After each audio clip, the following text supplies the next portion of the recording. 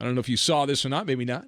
Robert Saleh has agreed in principle to become the new head coach of the Jets suck. Never heard of him. Well, you don't watch football. He comes to the Big Apple, the tri-state area. The Jets actually play their games in New Jersey. He comes to that franchise from the 49ers, where he served as the defensive coordinator. He's 41 years old, and if you've watched any 49er game over the last couple of years, and even for a few minutes, chances are you've seen Robert Saleh. You have. He's given a 5-year deal to try to fly the Jets out of the darkness. So let us discuss. What are the odds that rah-rah coach Robert Saleh turns the Jets into a playoff team? Playoffs? Jeez. All right, now I'm going to set the odds at plus 900.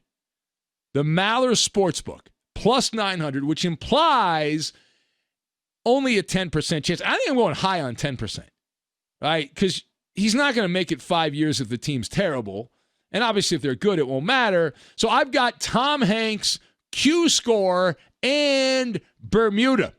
And we will lock all these things together. Now, to lead off with Robert Saleh, obviously, we all know the stakes here. He's got his work cut out for him, but it's a mixed bag because on one hand, his first head coaching job is in the bright lights of the New York market, but on the other hand, it's the Jets. All right, the Jets are a prop plane with one propeller not working right, flying into a storm filled with turbulence. That's the Jets, right? The franchise has been a monstrosity pretty much my entire life. There's a few exceptions mixed in, and while the deck is always stacked against the coach of the Jets, that's just the way it is. It's going to be interesting here to see what kind of tricks he's got up his sleeve, right? And the advice always, when in life and you're looking for advice, follow the advice of Tom Hanks, right? Remember Tom Hanks? So many great lines, but in A League of Their Own, he said, it's supposed to be hard. If it was easy, everyone would do it. And of course, after a couple of games coaching the Jets, Robert Saleh will likely feel like another Tom Hanks movie character from Castaway, right? Because that's you feel like a castaway when you coach the Jets. Now, furthermore, being realistic, we try to be realistic here. We try to be realistic rather than optimistic. As far as this one's concerned, Robert Saleh is a bright-eyed, bushy-tailed guy, energetic, enthusiastic, and all that. And I prefer, generally speaking, these type of coaches. I'd rather have a coach like that than a sourpuss. I mean, he certainly comes across as a guy that's a tireless worker. How much of that is real? How much of that is an act? He's the guy that keeps putting wood on the fire, right? He's the guy outside, bonfires. I'm going to put some more wood on there. And he's guaranteed. One thing I will say, at the beginning, he's going to win the news conference. Robert Saleh's going to win the news conference. He's going to be beloved as a media darling. The guy's got the gift for gab. He's very charismatic from when I've seen him interviewed there. And that will resonate with a big percentage of the fan base. When I see this guy on the sidelines, Robert Saleh, I think I'm watching Fireman Ed, right? The legendary Jets fan there. All we need to do is put a fire helmet on this guy, and he'll be Fireman Ed. All the mannerisms and the gyrations when he's coaching up and down the sidelines, that will certainly help his Q score.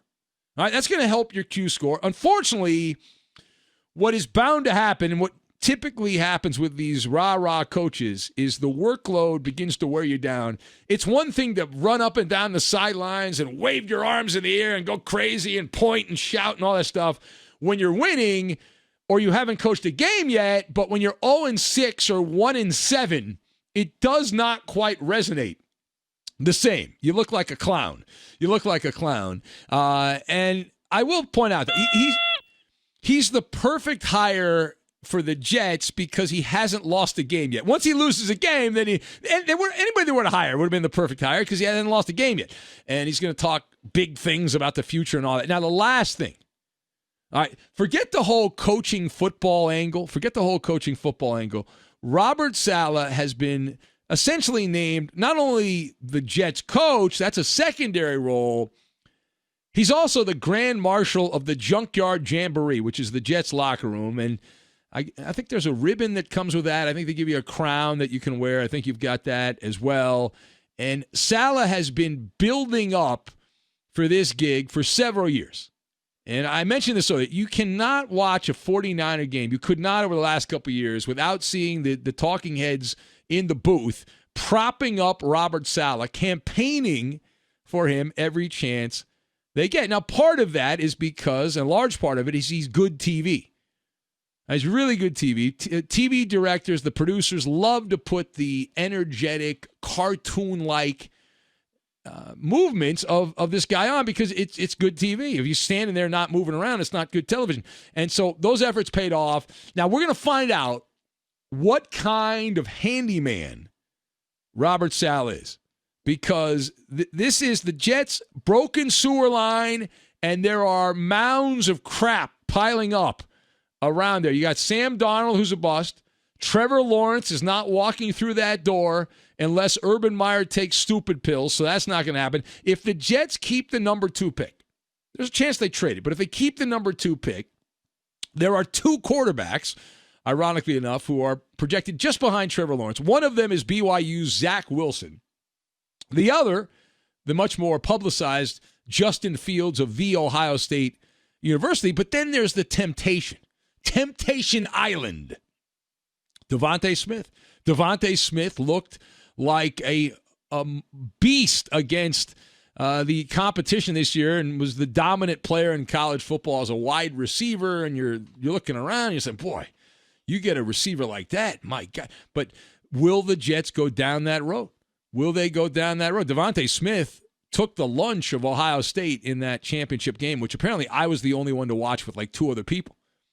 But none of these guys are guaranteed success. All right, that's one thing that's been very consistent here when you talk about the NFL draft.